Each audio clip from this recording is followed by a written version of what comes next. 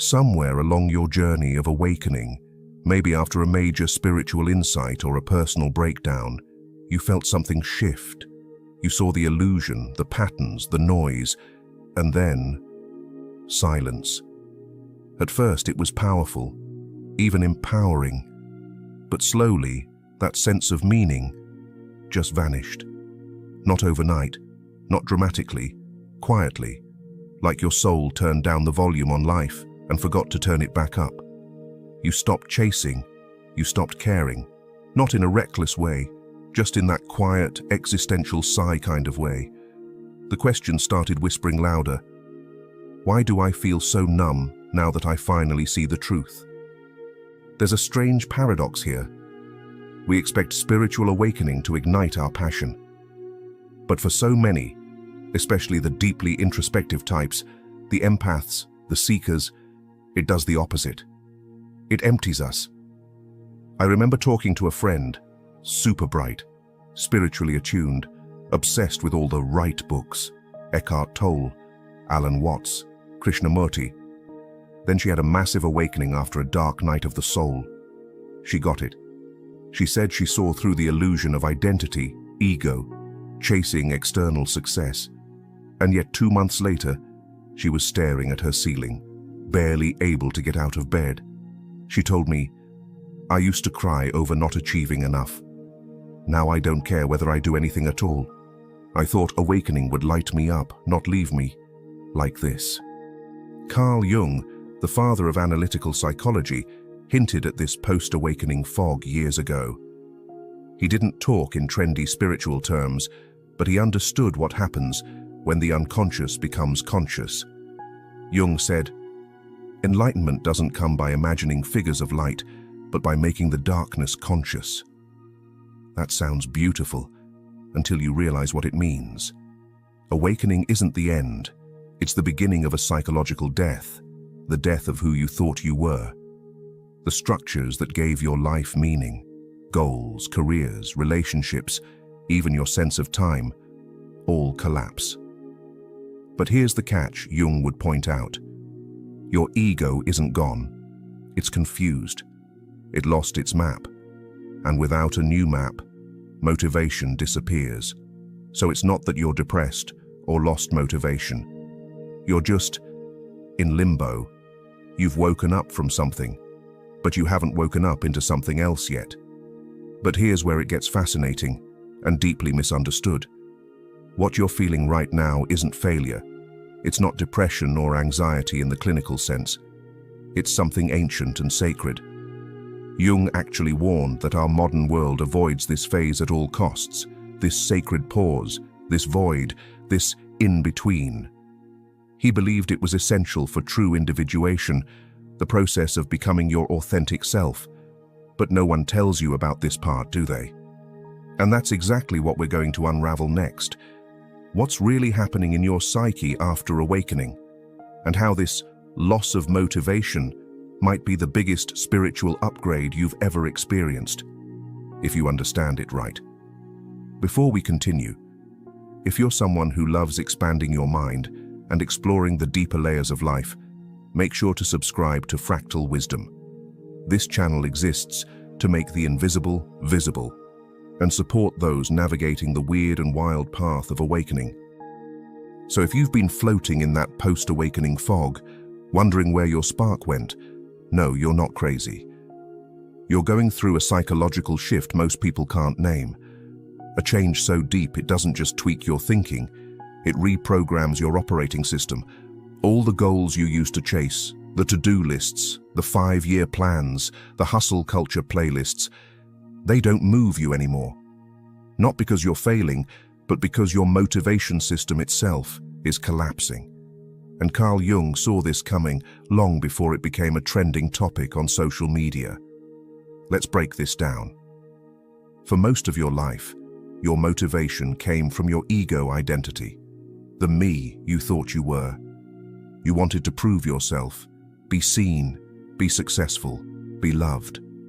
That's not a bad thing. It's just how human development works. Jung called this the persona, the mask we wear to function in society. But the awakening process strips the mask. Suddenly, you're not trying to be liked, you're not trying to win the game, because you see the game, and that's where it gets weird. Without the mask, your old goals don't fit anymore. They were tailored to a version of you that doesn't exist. So now you're like a character in a play who stepped off stage and can't figure out what their lines are anymore. That's why you feel unmotivated. You didn't lose drive. You outgrew the fuel that powered it. Carl Jung believed that we're not here to serve the ego. We're here to integrate it, to align it with something bigger. He named this process individuation, the journey of transforming from a fragmented identity into a whole, unified self. Not the small self that wants praise, but the self that transcendent, the soul-level center inside you that connects to everything. And this self doesn't care about status or approval or even clarity. It's here to express truth. So once the awakening happens, your psyche starts recalibrating.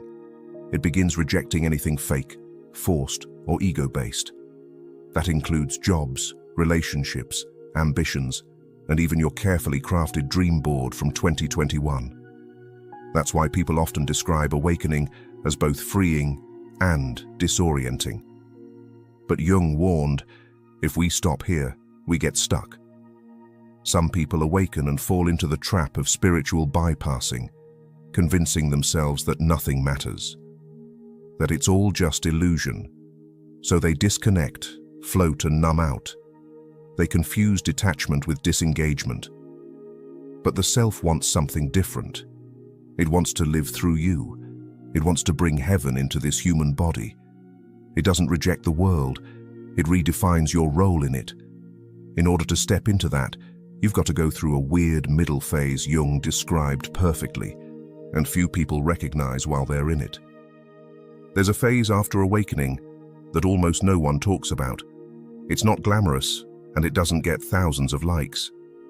It doesn't look like meditating in Bali or writing profound Instagram quotes.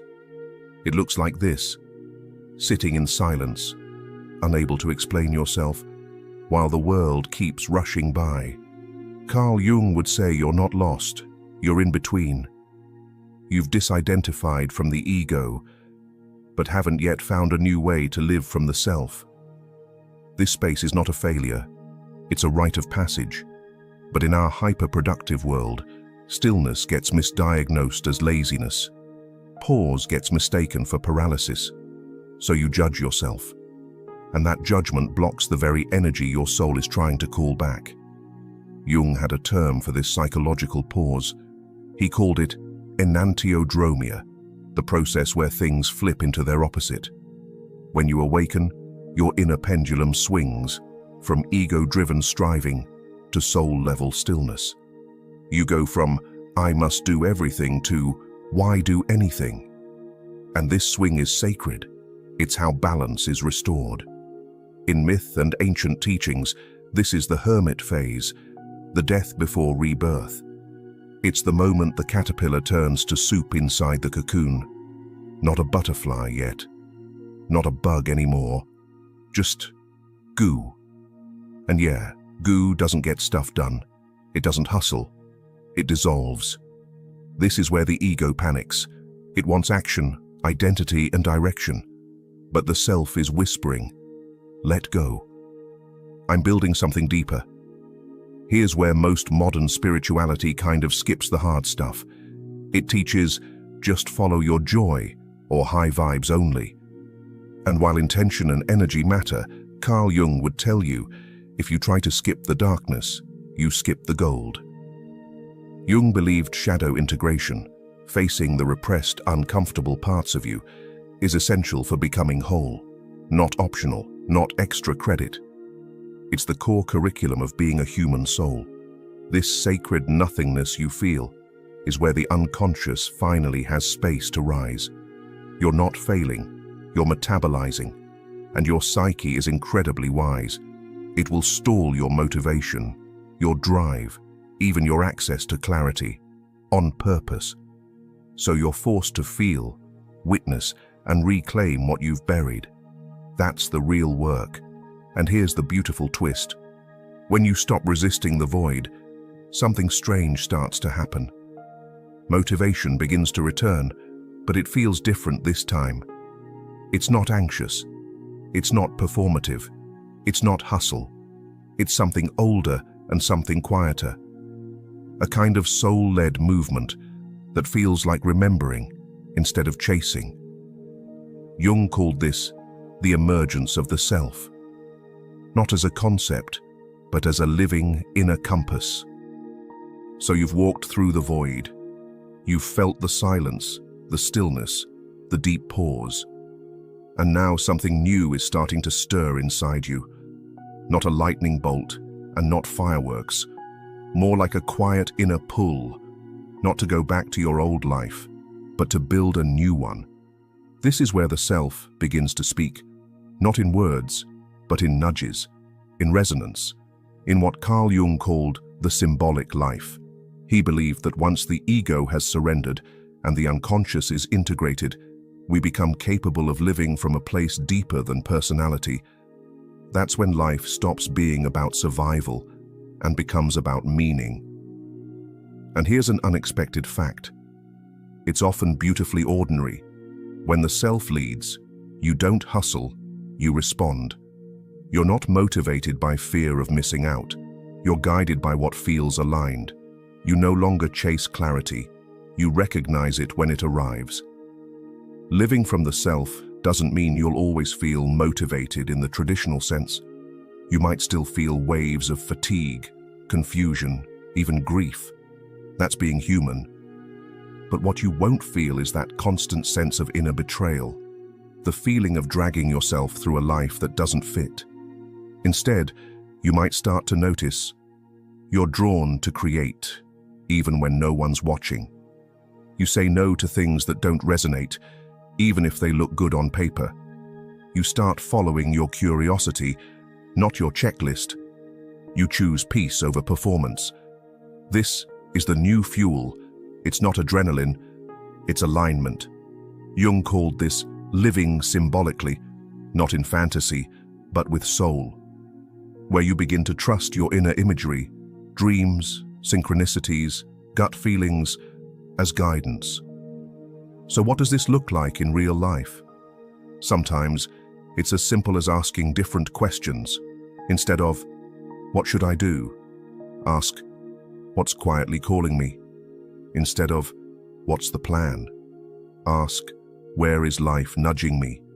Instead of, "How can I prove myself?"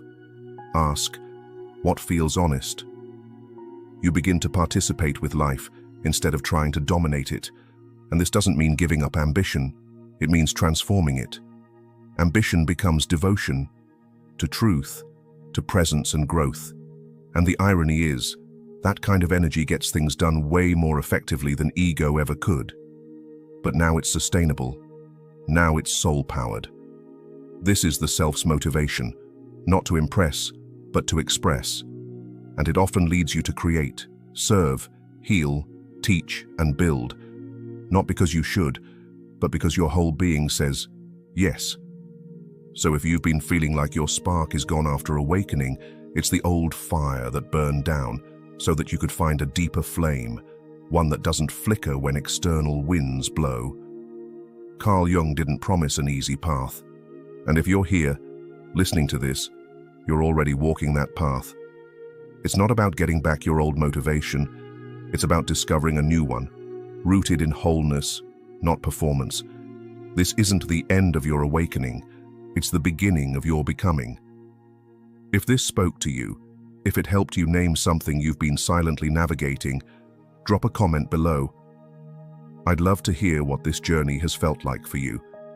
And if you want more content like this, where we explore psychology, soul, and self-awareness in ways that actually make sense for real life, make sure to subscribe to Fractal Wisdom. Because awakening isn't the end of the story. It's where the real story begins.